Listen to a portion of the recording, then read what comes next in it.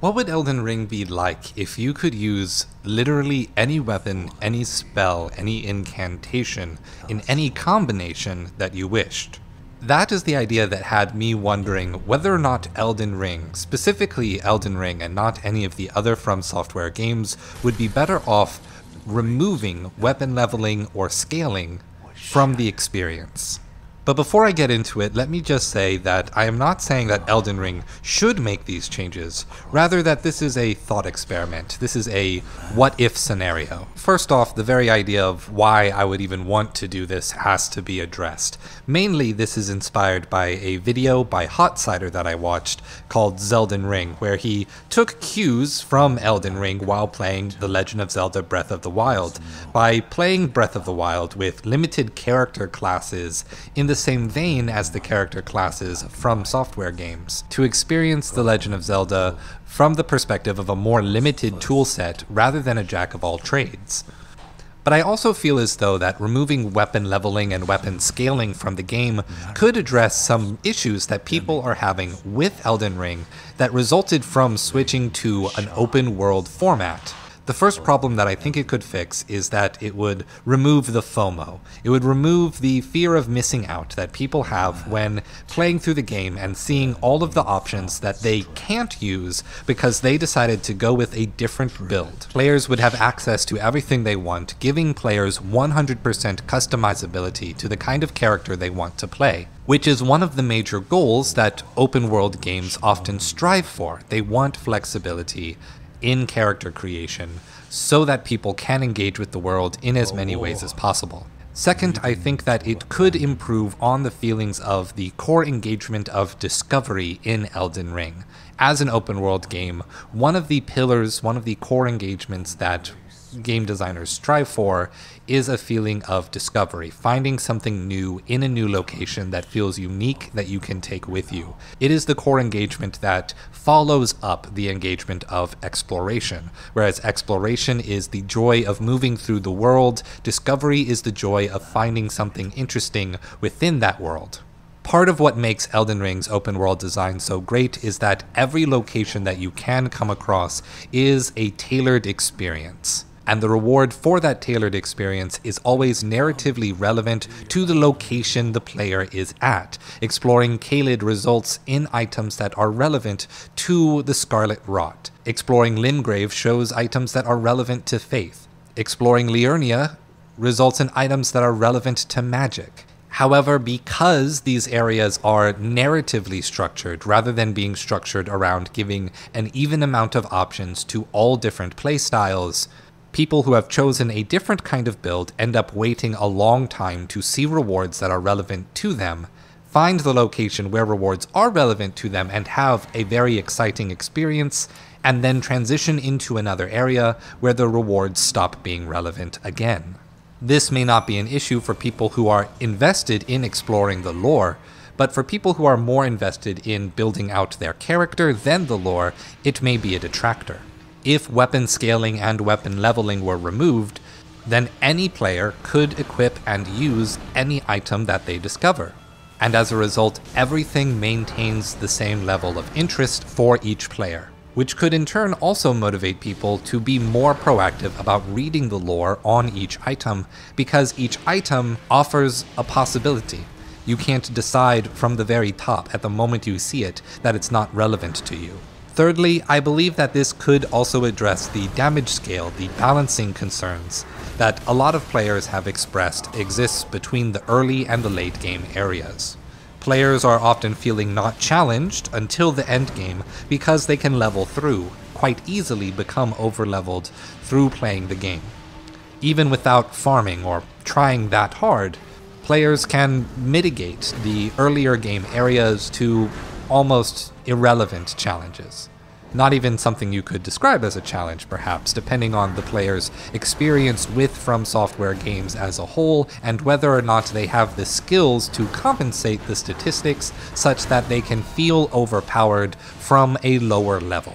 If weapon levels and weapon scaling were removed, then the game could more easily predict how strong the player character would be at any moment, regardless of what weapon they are using, and then balance the challenge of each area the game approaches with the intended experience of difficulty that the developers want to instill in their players. Think of it being similar to how Devil May Cry balances different devil arms, and a player's skill being challenged mainly by how many weapons they can balance to solve each new challenge they come across. Now, of course, Devil May Cry is a very straightforward, more linear action game, but I think that the same theory can apply here. However, obviously, actually removing weapon leveling and scaling in Elden Ring would have to result in a lot of other accommodations in order to make it work. For example, a big change that people may not feel too great about is that there would no longer be any need for the damage stats. Strength, Dexterity, Intelligence, Faith, and Arcane would become kind of irrelevant.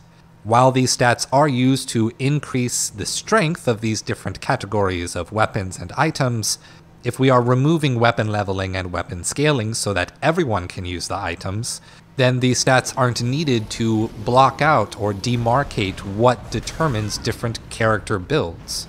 A person could have a great sword in one hand and a parrying dagger in the other and be equally effective as someone who has a spear in the left hand and magic in the right.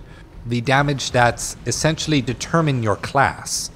And if we are going for a classless version of Elden Ring in which all items are usable all the time, then you don't need them.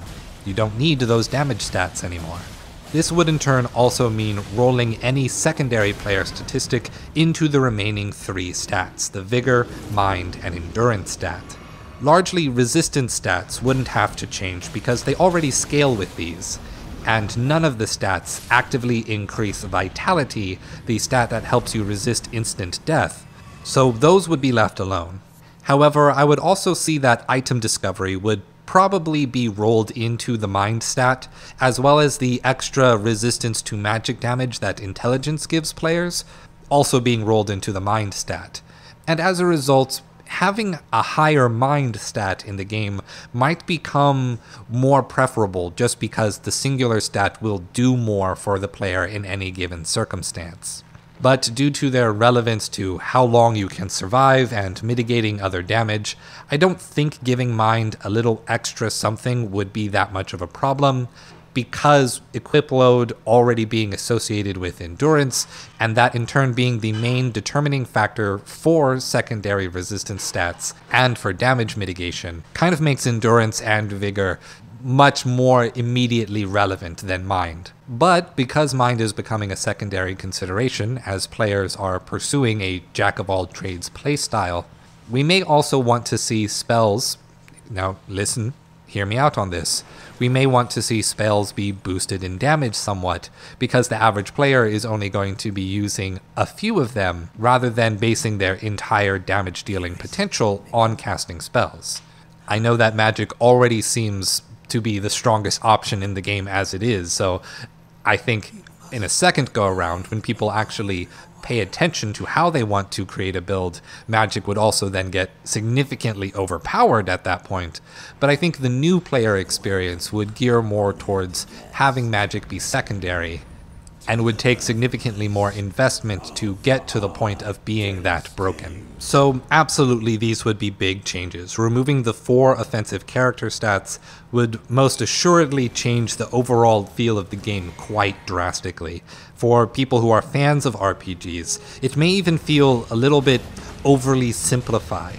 People who play RPGs are used to customizing larger, more complex stat sheets.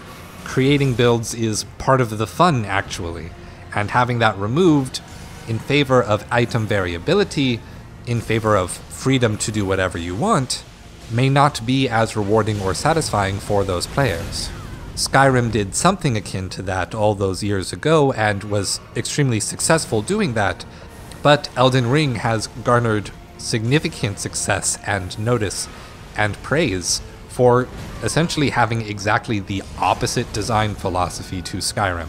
And I think there absolutely is and should be room for both when talking about open world game design. That said, the option should definitely still be on the table for anyone else who thinks they want to make an open world game in the Souls-like genre, as opening up the possibilities of character creation is also something fans of RPGs love. It's a trade-off, but one that might be worth it in a different game. Thank you so much for listening, everyone. If you enjoyed this video, make sure to subscribe to the channel, like the video so it gets sent to other people. If you're feeling particularly generous, you can also become a Java Bean over at patreon.com/SocraTetris. I will see you next time, and as always, stay true.